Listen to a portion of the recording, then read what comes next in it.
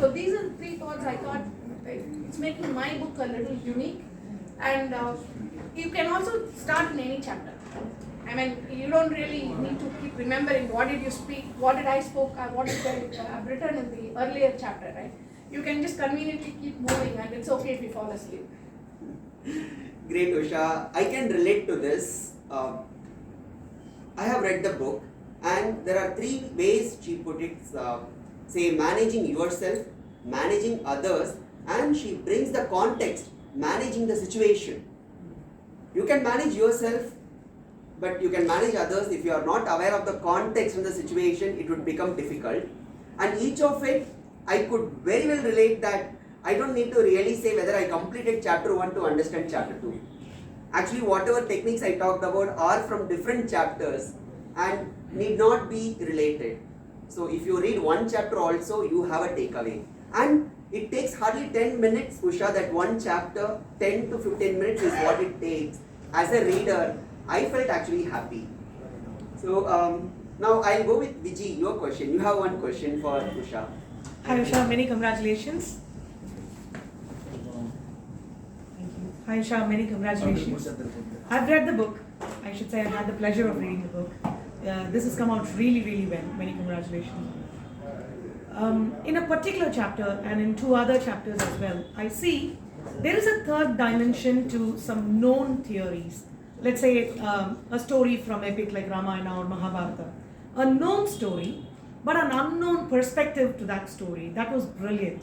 If tomorrow I want to be an author, Usha, which I'm hoping to, how do I really develop this third perspective or a different perspective to a known fact? How did you develop that?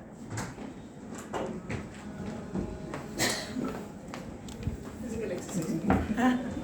Right, thanks Bunny, and thanks Vijay for that wonderful question. I think perspective is something makes somebody as a good leader, right? Whether you're working or whether you're professional or whether you're into any work that you do.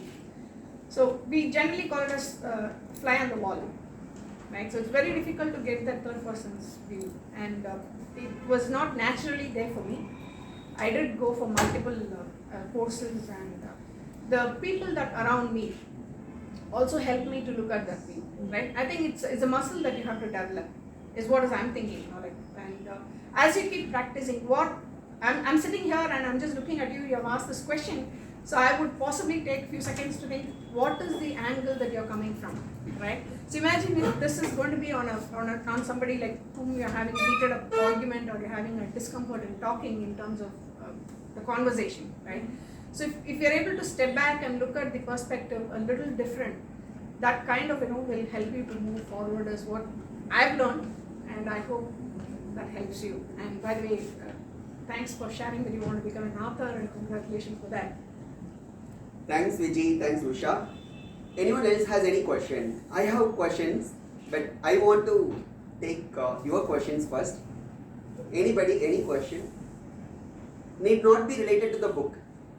It can be anything you have in your mind right now if you want.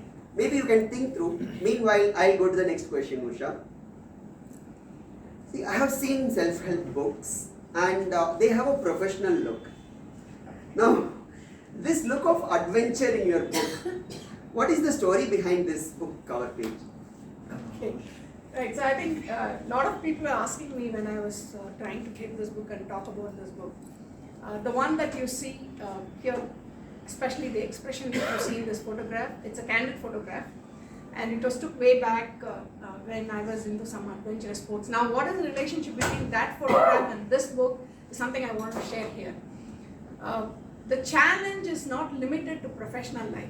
It is also to your personal life. So I'm a strong believer that unless otherwise you make your personal life comfortable, right? It's very difficult to have a better professional life. Whether you're living with family or you're outside of family, how do you handle something? So this expression is like, I was part of a Daredevil program, which has got multiple hurdles, and you have to cross everything. I think around 10 hurdles or something. And the last one is about 30 feet with 0-degree water. And the last one, but before, is something that you have to travel in the mud, and the whole water is full of mud. It's a muddy water, and it's dark brown color, and they keep pouring the ice cubes into that water tank. right? So the person, the participant has to either go down into the water or cross the hurdle.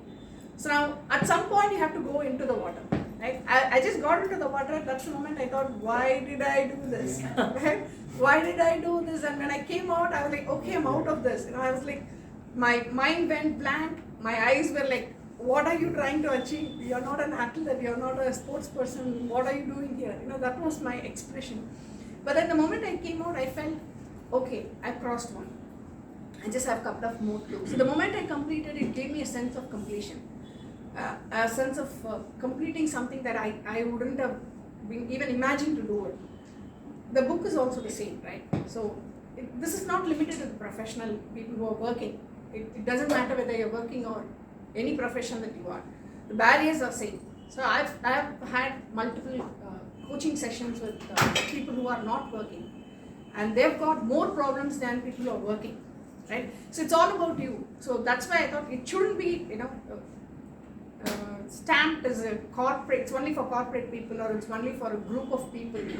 See, this is not something limited to women, or this is not something limited to people who are working. So I thought it would be an appropriate one. And this idea of mine came when I was showing my earlier book cover to my coach, and I was sharing that I had a coat suit, and I took a very beautiful photograph, and it was on the cover, and he said, "No, Usha, something is missing." And I got super irritated. I said, what is missing? What can I more do about this beautification of my face in the photograph? It's not about that. Think about it. And then in the middle of the night, I just took my album and I was going through one by one of my photographs. And finally, the moment I saw this, it just clicked me. I said, no, this is something that I wanted to put. That's great, Usha. Actually, when we received the book, my wife took it and she looked at the book page and she said, what type of adventure is this? That was the trigger behind this question to me, and I'm sure my wife might be watching it live and she would have got an answer. Not only her, everyone would have got an answer. And the other aspect I told to my wife, and that's exactly what you said, is it's not only for professionals but for everyone. Whatever you do, here is a book which will give you the tips and techniques which will help you to break your invisible barriers. And I actually requested my wife to go through this, and I kept it on a place where we all can access. That's where I have kept your book. So any questions from any audience here? How do you Yes. find time to write books? How do you find time to write those? Okay. So I think I get up 1 hour early. So just to answer, that was on a lighter note, but then I think this also I learned over a period of time. So I was the one who was saying that I don't have time. I mean, it's always busy, right? But then I took an effort to write down for a week or two that what am I doing, where my time is being spent on. So that kind of gave me a clarity, which I did it way back. And now I've been able to do structure my life in such a way that whatever that I want to do, whatever that I'm passionate about, I find time to do it. So Great. Thanks for the question and right answer. Any other questions from any audience? Yes. can you pass this please?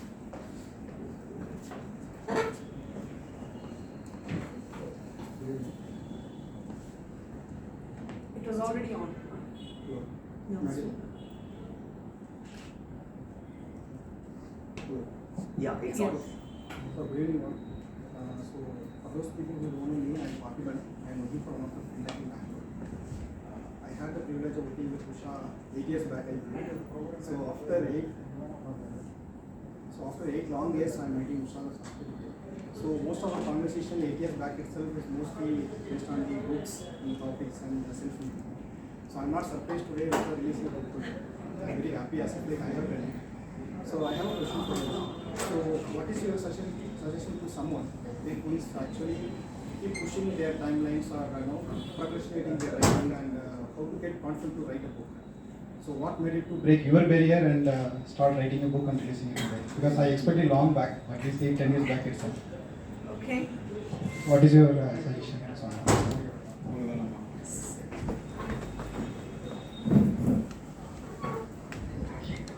Thanks for being here. it's not easy to break the barrier, right? The success is only a conscious effort.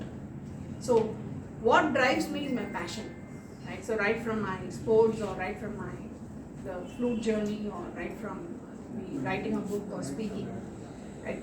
If you look at the mirror and see what do I want to look like in terms of what cap should I have to wear, that drives.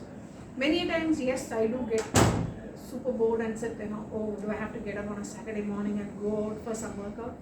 It does come, but the only thing I appreciate to myself is it's okay to get rest for some time. So possibly for a couple of weeks, I just let loose, saying that okay, go ahead and enjoy your life. But then it's only for 2 weeks. And then again, I keep pushing myself.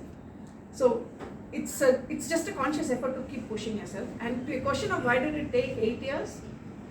I mean, I have to tell the story of my confidence level on my English. Right? So while way back when I was doing my 10th standard, some of the folks might be knowing, my English teacher would come to the class and she'll call me, where is Usha? Right? And I was thinking she liked me a lot. Right? Any student would think like that. But then it was the other way around. Right? She'll call me and she'll ask me to write grammar on the board. The knowledge I had was I would write GRAMMER, right? And everybody would laugh. That's the level of knowledge that I had in English. But then she persuaded me. She said, you can't be like this. You have to do something about it. So then I requested her, what should I have to do? Because I don't know what to do and I don't know how to improve. She said, speak to me in English.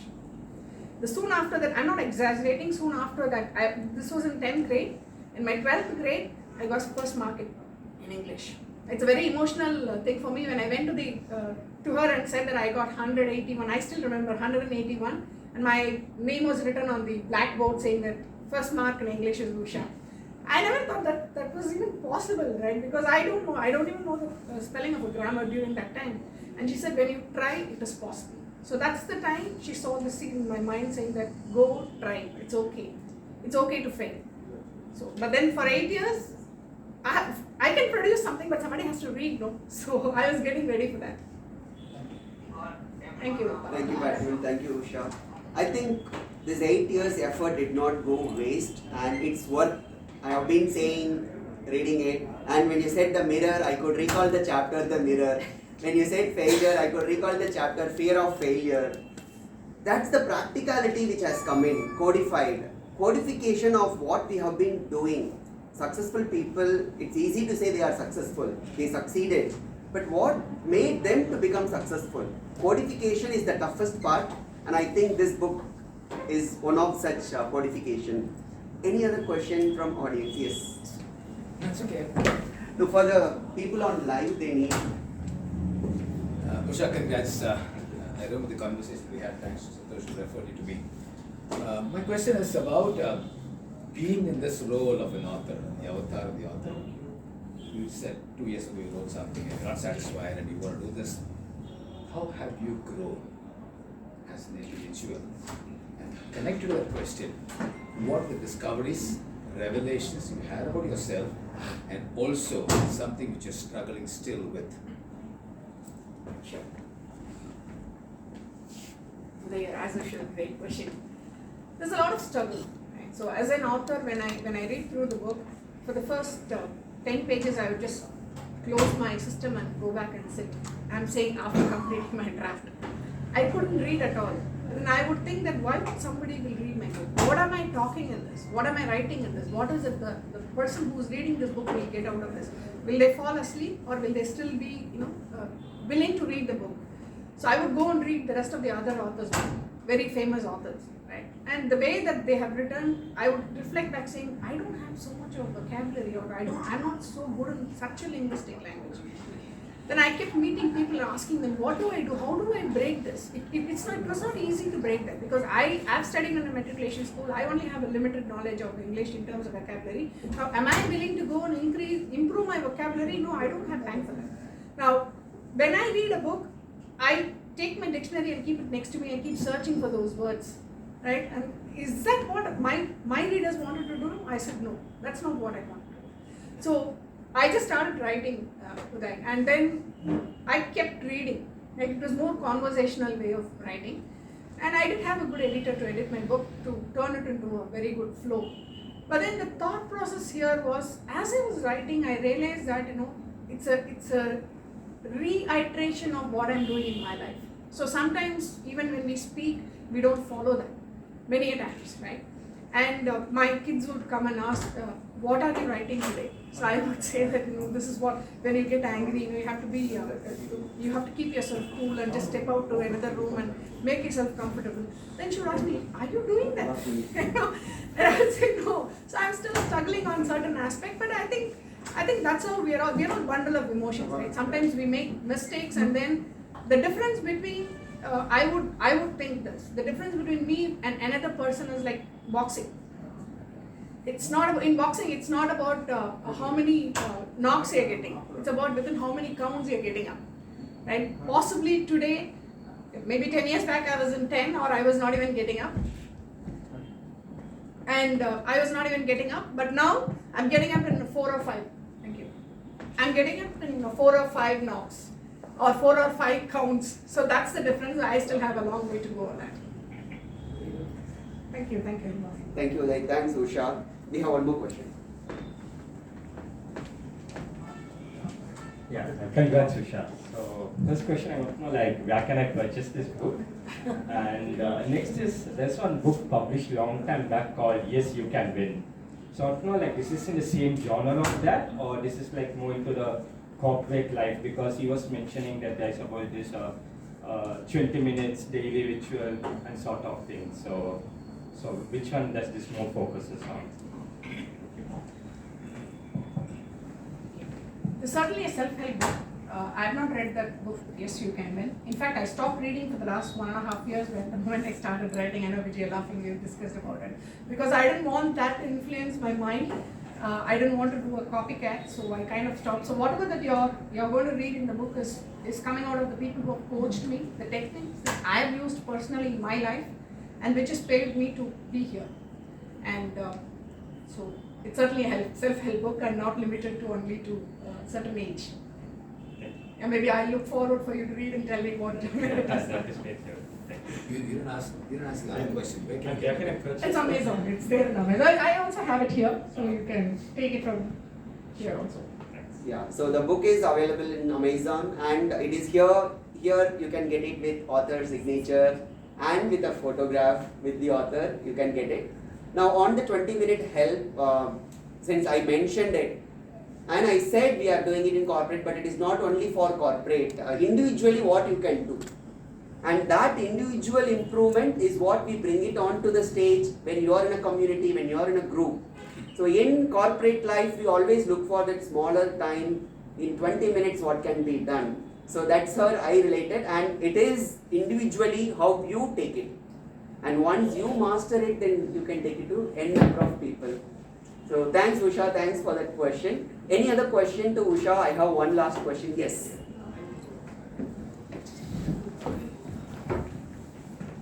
Many congratulations, Usha. Very happy for you. I have 2 questions. One is, something similar to what Sir had asked. Like you have chosen the self-help, you've written it on that journal. Were you, inspired to write this because you are also a coach? So did that inspire you, or is there any other particular reason? And my second question is, what do you think is the responsibility or the social responsibility of an author? Because this book is for anybody, right? It could be for a child or any for every person. So how do you think that it will impact, and what is the social responsibility of an author? And do we have plans to write in Tamil? That's my other question.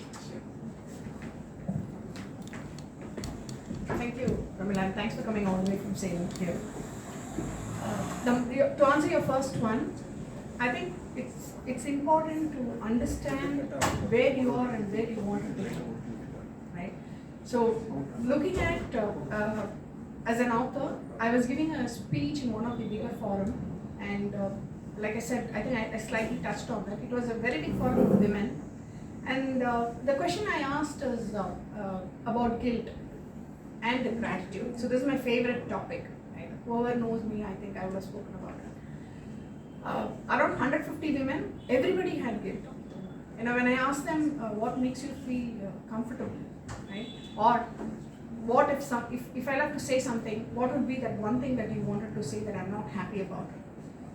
At least out of 150 people, 130 people raised their hand and said that, you know, I'm not a good mother, I'm not a good professional, I'm not good at this, I'm not good at this.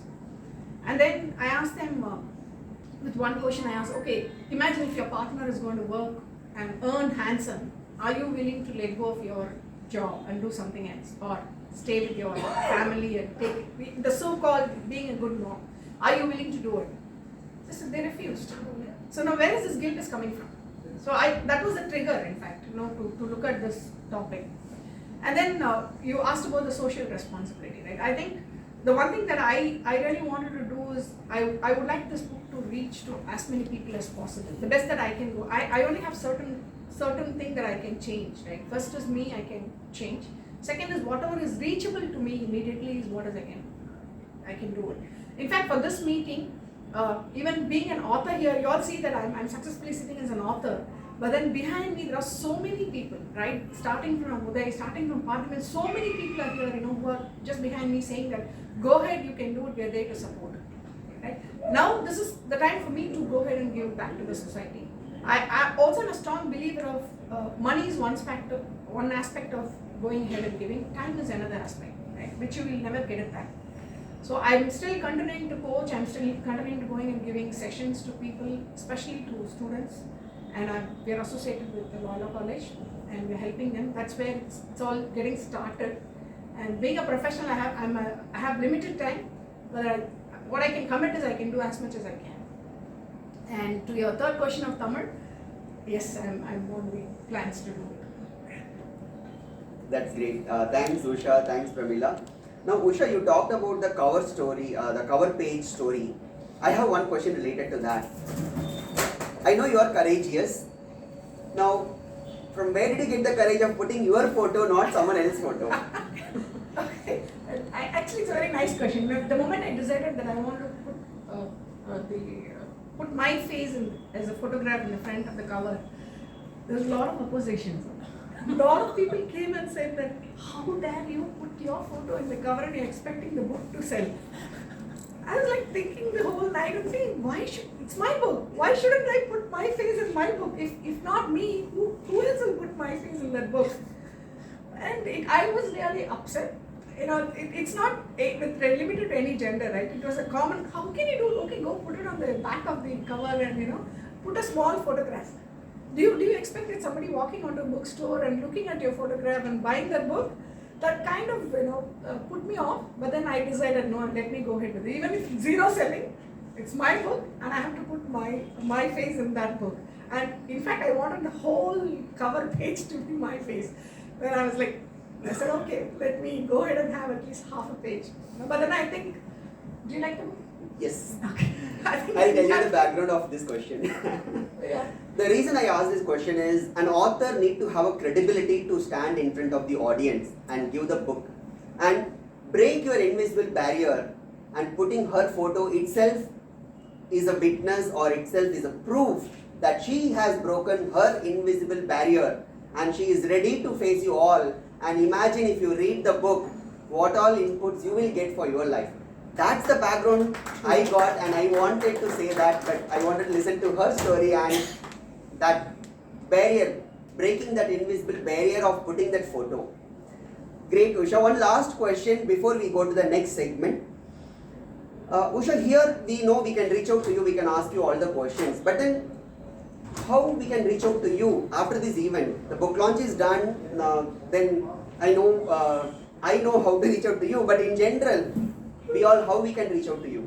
Sure. So you see a QR code in the poster. So if you scan it, will give you all my social media accounts there. You can certainly reach out to me. So I have multiple accounts, one for music and one for my profession and all that. But particularly for this, I think I'm trying to associate with multiple people where we can bring in some very good knowledgeable videos which should reach out to many women, not limiting to women though, but then primarily focusing on women. So which is called @BeACoach, BEURCOACH. So I had a technical glitch in creating that QR code. It's only taking to my float, So I have my flute gurus here who just holding my hand and they're dragging me to the world of flute and helping me to learn something. So maybe because of that it's coming out as Flute Usha. But then please do go and take a look at @beacoach.com. How many of you already subscribed to it or been there? Okay, no need to raise your hand. You can pick up your phone right now and you can just search Be Your Coach, BEUR Coach, and you subscribe to the channel. The other thing, not just that, you can post your questions to Usha there, or what is that you want to listen from her in future. We did ask her question, when is her next book or when she is going to write in Tamil, and we had lot of questions around it.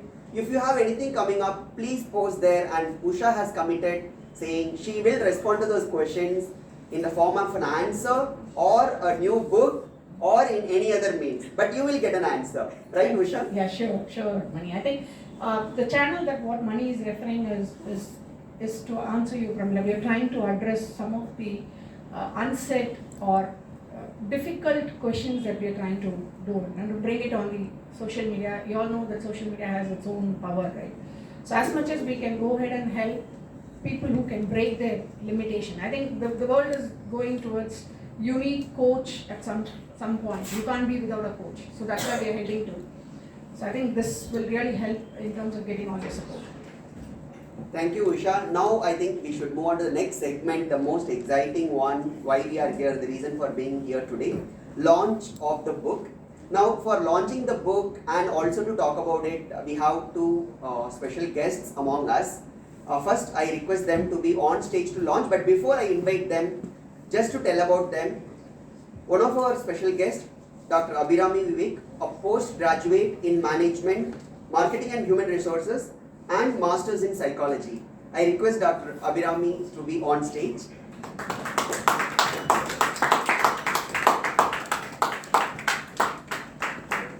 Our next special guest present here today is Dr. P.A. Edwin. He's a first generation entrepreneur with mixed academics, a physics graduate, masters in psychology, doctorate in clinical psychology. So I request Dr. Edwin to join us on stage.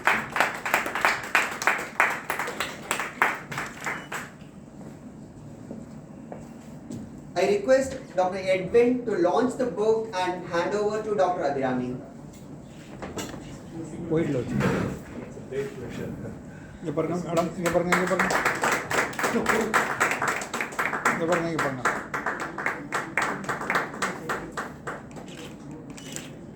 அப்படியே இருங்க, அப்படியே இருங்க. இங்கே பாருங்க, இங்கே பாருங்க sir, இங்கே பாருங்க. அந்த புக்கு ஓப்பன் பண்ணுறது சார்.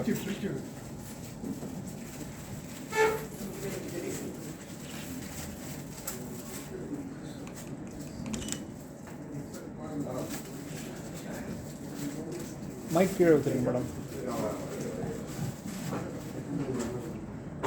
புக்கில் கை வைங்க, புக்கில் கை வைங்க. இங்கே பாருங்க,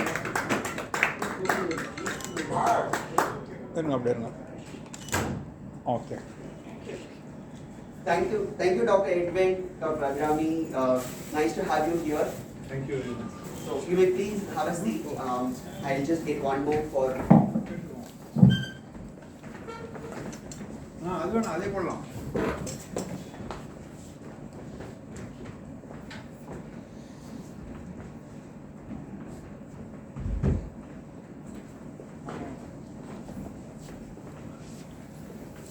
Now, when we have our special guests, we definitely need to hear from them. We need to know their views.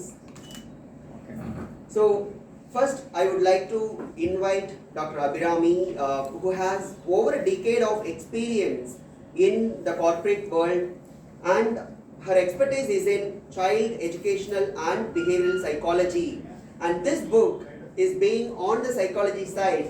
Who better than Dr. Abhirami can share her views on the book as well as the author? So I request Dr. Abhirami on the podium to share her views.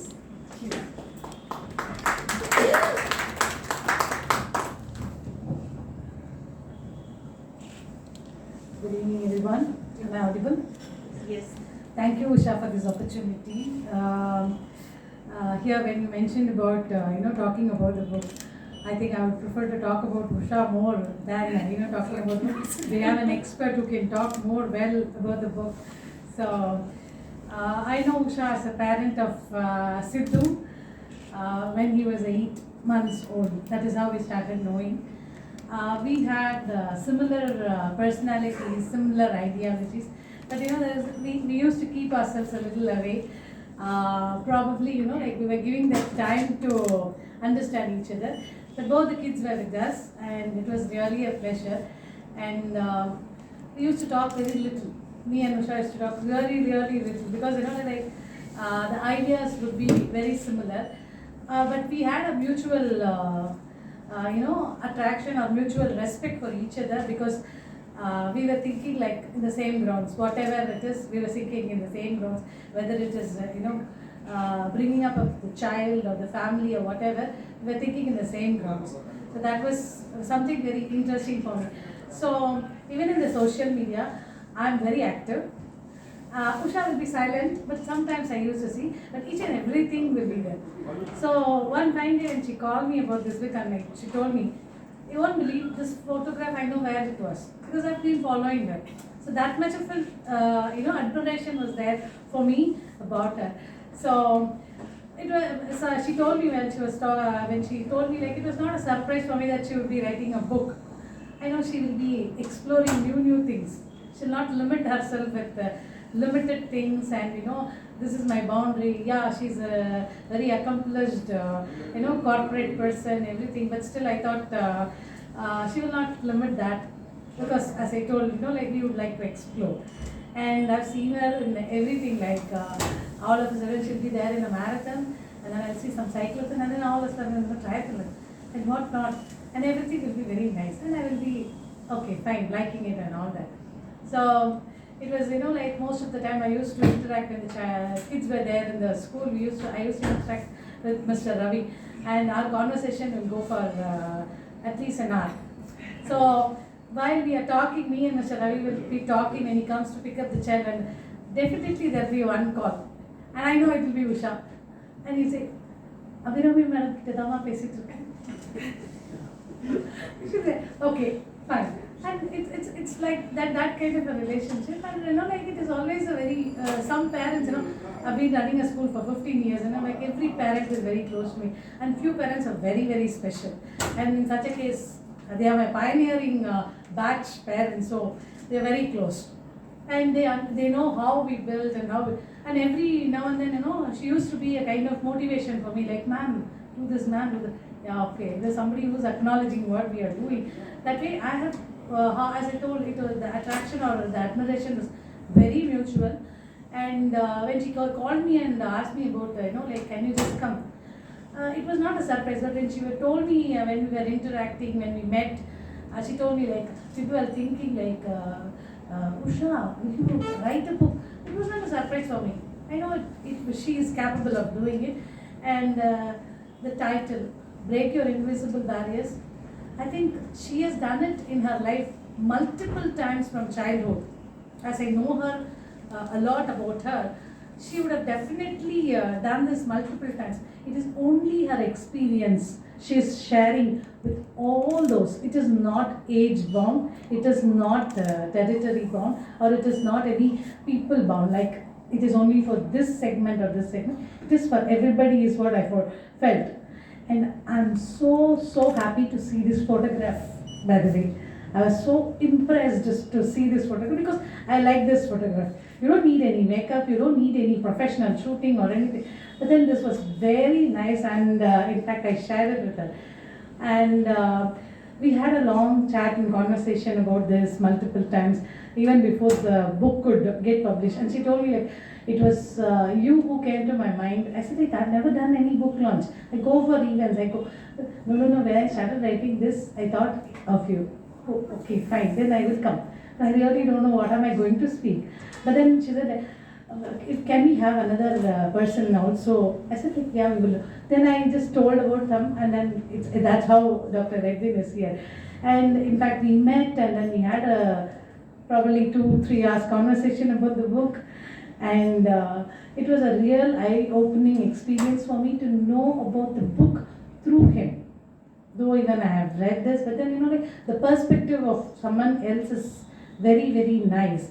And to talk more about Usha, I feel she's a kind of replica for me. So consciously or unconsciously, we have stayed a little away from each other, not getting very close or anything like that. But sometimes, it takes time, probably the situation management, it takes time. I never address my parents with their name alone. I always add ma'am to it. All of a sudden, one fine day we were talking, and all of a sudden I started telling, hi, Illa Usha, it's not like this. And then I'm realizing, and then like the next year when we were talking, she was like, Abhi, I think we have, we've crossed that, and then I should start calling you Abhi.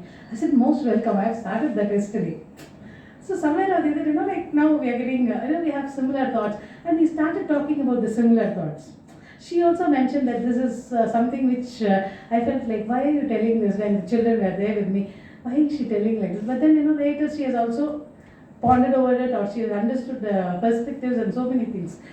And it's something, like when I go through the book or anything, the 3 simple things which she has categorized is wonderful. Anybody and everybody can read, anybody and everybody can understand. It's a very simple knowledge, as you said. I don't need a dictionary to take it and keep it and, understand or look at. Sometimes when you read a book, like you'll have to decipher different meanings. Will it be like this? Will it be like that? It was simple and straight, and I could understand. And every chapter is complete. I don't need to go to one, understand, and then go to the other, understand that. If I have to read one chapter, I'm fine, I'm done with it. 10 minutes of my time. And I felt every time I read, I'm understanding it even more well, even more differently. There are a lot of things. As you age or as you mature, as your circumstances, you'll be able to understand it in a more better way is what I feel. And I don't want to take much of time now because I wish to hear from Dr. Edwin about this. So hearty congratulations, Usha, for this wonderful book. And I really appreciate your motto behind this, to donate to Satkriya Trust for the girl child education, which again is a similar thought process what I am having. So through my trust, what I am doing, I am sponsoring children, only girl children, in the different skills. So when I heard this, I was like, how much of a similarity we have. So that way, like that's a wonderful thought of you. I'm so proud of you. I'm so thankful that you gave me this opportunity. All the best and congratulations. Thank you, Dr. Abhirami.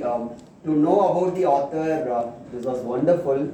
And I fully agree on the points you said. Especially, people can talk about guiding principles. It's very easy. We can give advice to anyone. That comes free of cost too. But then translating that guiding principle into an action, how to do it? You have a principle, but how to make it actionable is what this book all about. So thank you, Dr. Abhirami. Now, already Dr. Abhirami talked about, she is also expecting Dr. Edwin to talk on the book. So Dr. Edwin, he's been into psychological counseling for the past 2 decades, and he excels in pre-post marital counseling, serves society at large through awareness counseling. So Dr. Edwin, we are very eager to hear from you about the book. Thank you.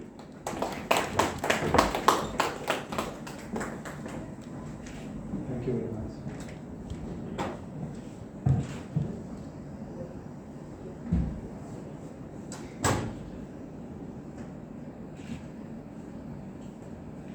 மாசில் வீணையும் மாலை மதியமும் மூசு தென்றலும் வீங்கின வேதியும் மூசு வண்டரை பொய்கையும் போன்றதே ஈசன் எந்தன் இணையடி நீழலே.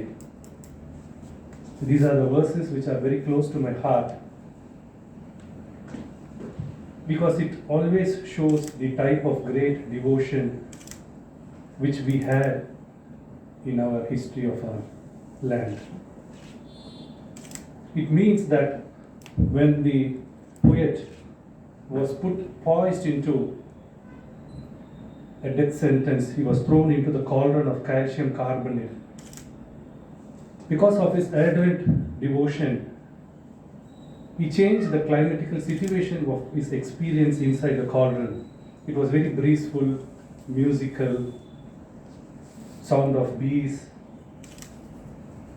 the warmth of the moon, the chillness of the lotus pond, and so on, so mystical. We come from a land of great devotion, great seeking, great questioning. Such a wonderful history and tradition we have. Is that even now the same? Does the history still exist in us? Is a very big question to ponder. Is it not? Thank you very much. I welcome all of you. My special thanks to Abhirami Vivek, my 2-decade friend, through whom I knew the inspirational author, Mrs. Usha Krishnan, and her lovely husband, Mr. Ravichandran, whom I know since 2012, a very fine gentleman. And to all the ladies and gentlemen and the elite members of circles, tables, and clubs, greetings to all of you. Let me start with a small short story. If I'm really bragging, you please tell me. Once upon a time, there was a Gurukulam. There was a guru with a group of disciples. He used to conduct a discourse every day in the Gurukulam under a peepal tree for his disciples. He also had a mischievous monkey as a pet. So whenever he conducts his discourse, in order not to be distracted, so he used to have the monkey tied up to the peepal tree when he used to conduct the discourse. This was his practice. Years passed by. Many years later, the Guru passed away. So the new Guru came as his successor. He took over and he also started to conduct the discourse. So it was a practice that the monkey was continued to tie up to the peepal tree where he was conducting the discourse. Years passed by, the monkey passed away. Now the disciples discussed within themselves. They went into the town, they bought a new monkey, brought it, tied up to the peepal tree whenever the class was on. It became a practice and it went on for many years. One sparkled disciple asked the Guru, why is this monkey being tied up to the peepal tree every time the class is on? The Guru was quite blank for some time and he said, I really do not know. It was a practice, as a customary practice, that every time there was a discourse, this monkey was tied up to the tree nearby. I don't think we come from that sort of a tradition, that sort of a culture, customary practices. But we are presently in that state of form. Do we really wanted to blame the rulers who had ruled us for the last 1,000 years, or do we really wanted to reconcile ourselves to the past glory and our history? That's a very big challenge we are faced with. If we wanted to reconcile to our past history, then we need to quite possibly unlearn in order to relearn a lot of things. Learning is for beginners, unlearning is for professionals, and relearning is for experts.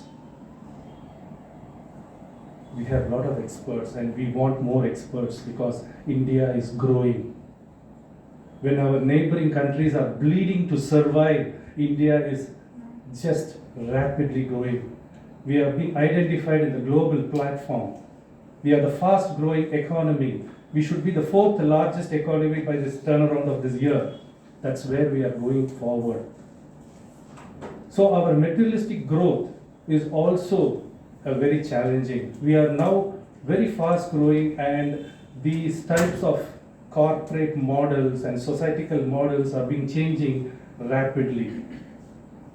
But still, we do follow the Western model of bringing up this type of saga called build your self-esteem and try to be competitive. Is that what is being taught to us? In glorified rat race, we're being told to be competitive. To be competitive, in short, is nothing but to be an edge over the other, to be better than someone. This body has to be better than somebody, or for that matter, if you're too chronic, you change to any body. So you're always aggrieved of being a better person, so you are not at peace with anybody at any point of time. This accumulation of mind turns out to become a more aggressive state of mind, a state of aggression, a state of doubt, a state of fear, and a state of confusion. That's not good. Even the Westerners are finding it so pitiable. That's why they are outsourcing everywhere. They couldn't manage things on their own. We need to really look back of what we are and how to go forward. It's necessary. It's the time that we need to do, because it is so pathetic. I could give a statistics from the All India Family Commission that 80% of the families merely exist in a family bond. 80%, not a small figure. There is no exuberance, there is no ecstasy, there is no blissfulness, mere existence. We need to change this pattern. We need to bring forth a lot of changes in this growing up economy and the fast growing society. It is necessary, it's the time. We have been finding a lot of ways to do that. There are two ways which I always used to feel, that one is to surrender, because in psychology we say we cannot be guilty for a long period of time. We try to defend ourselves and convince ourselves very easily, like the fox in the grape story, in the Palampuri. You just try to tend to say that you can't get everything in life. If I have materialistically grown, maybe I have lost my peace of mind. It's okay. Money is there. You can't get everything. You can't be greedy. That's one way of convincing yourself. The other way is to say that, let me also live my life. I'm growing. I'm making money. I also wanted to be happy. So what should I do? I turn around into two trails of my path. One is to go into a spiritual awareness, to find what I need for my peace of body and presence of peace in me. The other one is to travel towards the edge of competitiveness through your corporate workshops, trying to be more productive. So these two trails are actually never meet at any point of time. You continue to search for happiness and you continue to make money, but at the end of the road, it is never intertwined. You always live in a very unfull state of mind, because there is no contentment at all, at however level we grow. Some say very jokingly that, I would retire and then I will try to find peace through spiritual process. That's where I think we need to find a big breakthrough. Even if you go to a spiritual process, what happens in the first state of mind is when they speak to you, or what is being taught in a satsang or in a dhyan centers, is that know thyself, know thy neighbor, and then know thy situation. That's the core. That's the epicenter of the whole process of spiritual awareness or enlightenment or the endowment of the mind. Here I really do bow and respect. As I said, she's an inspirational author. How she's an inspirational author is very simple. She has blended, intertwined both these ways of looking life, on the spiritual and on the materialistic platform. She has brought sense in saying that through spiritual and materialism, you can balance your life. The work-life balance can be finely intertwined. And the book's epicenter is those three things. Before getting into that, I would say that The whole book is very, very simple language. The whole book is in very simple language. I have co-authored 2 books on marriage psychology. I know the mindset of a writer. They are very elaborate. They try to show off. I asked her, why did that not come to your mind? Your language is so simple. There is no jargons, there is no hard vocabulary, there is no cross references, there is no Western interferences at all. She laughed, she said, I did it with a purpose. She said, would you believe that I had stopped reading? She mentioned it in the questionnaire part of it. She said, I stopped reading for a brief period of time before I started writing. I don't want any influence. What I wanted to write should be more of what I have gone through my life, seen it practically, touched my hands over them.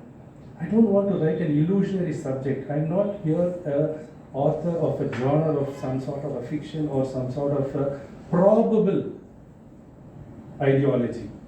I will give my experience. It has to sell, it will sell. It has to reach, it will reach. That was a simple answer she gave. So the book is so simple, number 1. Number 2, it touches the epicenter of a human search. Manage yourself. Learn that art to manage yourself. Naturally, you go to the second step to manage others. And when you know to manage yourself and you know to manage others, absolutely, you are just into the right track to manage the situation. That's it. The whole book is only centered into these 3 major topics. And then it comes of breaking it in parts. Might be in parts, but it is a whole. It's inclusive. Well, all these chapters are framed so crisp and clear that it doesn't drag, that after you read the book you need to wait for one more publication of part 2. No. It suffices, it ends there. These chapters are so simple and stand-alone chapters. That's the beauty of it. When I read it, I felt as a reader, you need not have a bookmarker inside your book. Not required. Because these chapters are stand-alone and they are complete by themselves. Every chapter. So even if you read one chapter, you know that you will have to go to the next one. Because that's not very elaborate. Just a 4-page maximum. And every chapter she addresses with the challenge in the heading. The chapter holds the tagline of the challenge, what we need to look into it. She explains in the first part of the chapter what is the challenge is all about. Then she goes narrating it with stories, beautifully done with epics from the Upanishads, beautifully all Indianized, make in India. No cross references, no Western smell, nothing. And the best part is that all the stories which she has written in this book are the stories which we already know. Nothing new. Ramayana or Mahabharata or any Zen type of a story. Zen is again not a foreign one, isn't it? It's from us. It was exported. So she has used those Zen stories also to explain so vividly that once you read that story, you need not put time to understand the story, but you can relate it to the context of what she's trying to mention thereafter. So it's so finely tuned that the chapter says the challenges we need to face, narrated by a story, and then an explanation on the solution building of that challenge. And after the reader has gone through this process, there is a self-introspection page to do a worksheet also for primary issues or chronic troubles which you go into your life aspect. What a complete, there is a full completeness given to it. I really admire the way she has handled it so nicely, very professionally. Going through these chapters and after you pass on to the next level, you find that you also have ammunitions inside it, like Mr. Mani had said. You have lovely make in India ammunitions, not those old, the big sutras, or even I've read Deepak Chopra's books. You find a lot of Western traces which might not be very, very adaptable to what we wanted here in our state or society or community. She has a lot of ammunitions, all make in India. You have a lot of A3s, F3s, G3s. When you read the book, you will find those are real sniper shots in those books. Lovely, very beautifully done. And she's taken it so well in such a way that one can really build up this type of potent passion towards handling themselves and the society. The type of placeboic effect you can create, the vibration you can create to yourself and reverberate to the others around, making it a wholesome. That's the end. That's the real part of our life. Money making, because at one particular age, when you cross your 40s, when you touch the crossroad of life, when you sit to the midlife crisis of your life, then you might think, am I on the right path? Turning back, you can find that there has been an upgrowth in a materialistic way, but am I really happy with what I have come up? There are losers. We have seen people, especially I've been in 2 decades of counseling, like Mr. Mani mentioned, I've been handling families, people who have lost their lives in this glorified rat race. So this book helps us to understand who we are and helps us to understand the others and also nicely adapt to the situation. And I strongly believe this is nothing to do with any particular gender.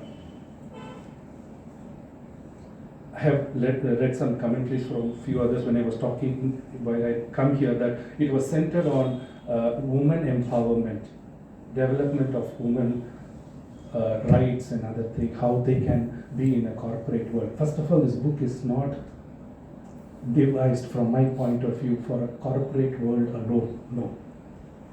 Even for a societal approach, it's a general neutral. It's a general neutral that everybody can read this book. It's the basics of life's expectation. It's a sort of a mantra. You can go through it, you can use it in both the aspects of your materialistic and spiritual growth, because it gives you the basics of how you can handle your emotions. She mentioned the bundle of emotions is what we are made up of. Yes, absolutely true. This bundle of emotions, how we can really bring it out from us in the presence of a society, a community. This would help us to bring forth a very harmonious society which we have to emphasize. We're seeing so much of news. We are globally connected now through the internet. We know how bad it is that the Western cultures have now posed a threat of survival. No happiness, no contentment. But it is so necessary that we have all this art in us. It is forgotten. Maybe because we had turned to become survival of the fittest. The time has come that we are also glorified now. We are in the big growing economy. The upgrowth is so much there for all of us. We need to do it. And I can reiterate one thing is that I have read a book a long back ago about Happy Death, written by Albert Camus, a French novelist and a Nobel Prize winner. He talks about how to behave as a communal saint, how to be in a society and still be in a saintly manner, how to handle yourself. That book has never helped me because I have read it 3 times. Either you have to be so ascetic that you need to become a sannyasi in order to achieve that, but this book has helped me to understand that you can intertwine and clearly bring forth the balance of handling your work and life in a finite balance. I'm very thankful, and I'm very not only proud, I also feel so privileged that I could talk about this book today. That offer, that type of an opportunity was given to me. I should thank God first, because without His intervention, I would have not been here. And I thank you, Madam. Thanks a lot for giving me this opportunity. I wish you all the best of luck And as I've always requested you during our personal interview, I said you should also touch a book on the subject parenting. So that's my favorite subject. So I have a lot of inputs, at least a dime to give you when it comes to that subject, because we are touching the branches. Let's touch the root. So if there can be a book on parenting, how we can bring forth children of today's generation, that's a very big challenge, and everybody would say yes to it. So if you can start something or another, I could also share my data with a lot of love and happiness. Thank you very much for giving this opportunity.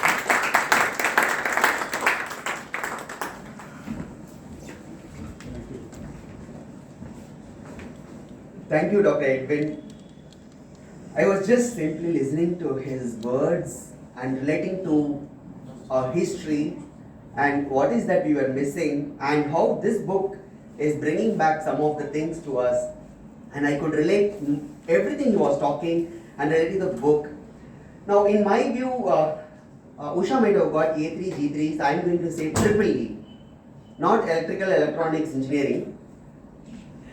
Experience of Usha codified in the book, which would enable us in our personal and professional journey towards excellence. Experience of Usha enabling us to achieve excellence, the triple E.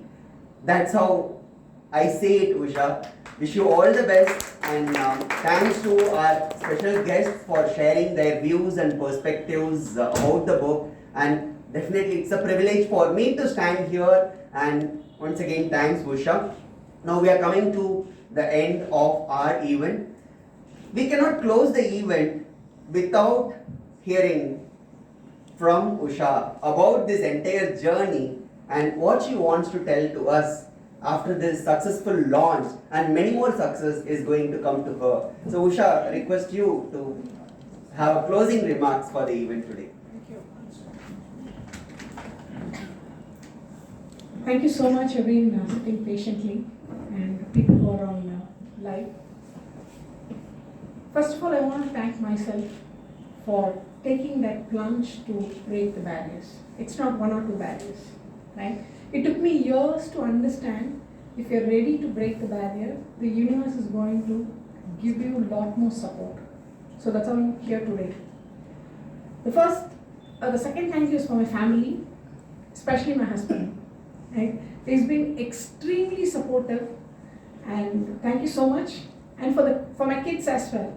You know, they would look at my crazy timing of writing, getting up at 1 o'clock in the night and just going to the computer, and suddenly I'm not next to my daughter and she'll be wondering, what are you doing? Right? So without their support, I don't think I wouldn't have been here. And the one message I want to give is, while there are so many people who are behind this, which I mentioned to you earlier, I've learned from them, I've practiced that, I've implemented that in my life, and that has brought me here. If I can do it, anybody can do it. Right? I told you all the stories of what I was doing. I'm just an average student. I don't know to speak English or communicate in English.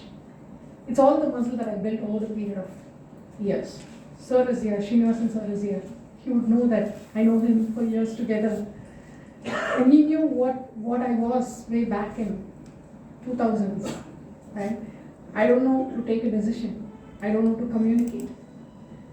And I had so much of hesitation in me. And one thing that keeps ringing in my mind always is, I'm worthless. What am I doing here? What am I sitting here? What I want to achieve in my life? I never had any clue. So once again, I repeat that if I can do it, anybody can do it. It's not that I'm self-deprecating myself. It's not that. It's just that you have to put that effort.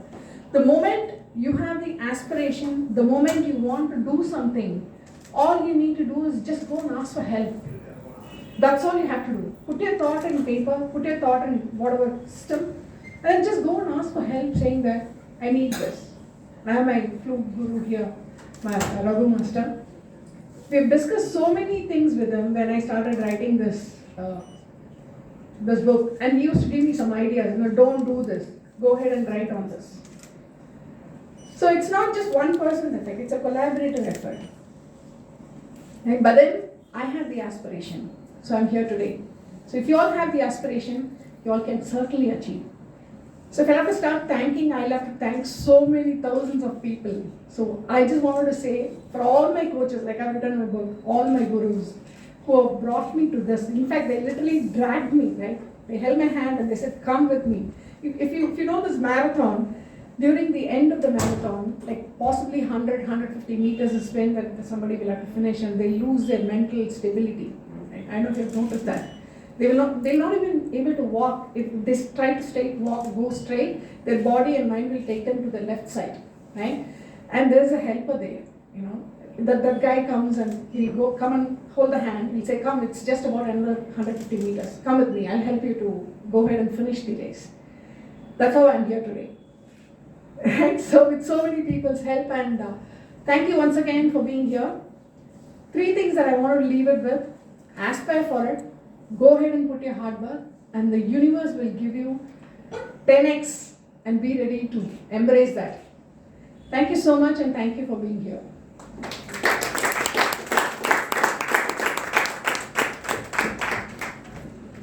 Thank you, Usha. Thanks, everyone. You can have the book here. You can buy it, or you can get it from Amazon. As I said, signed books, we will get it here. And we will break now. We are closing the event, but then we are not closing the tea, coffee, snacks counter. So let's all have fun and interaction during the tea, coffee. Thank you all.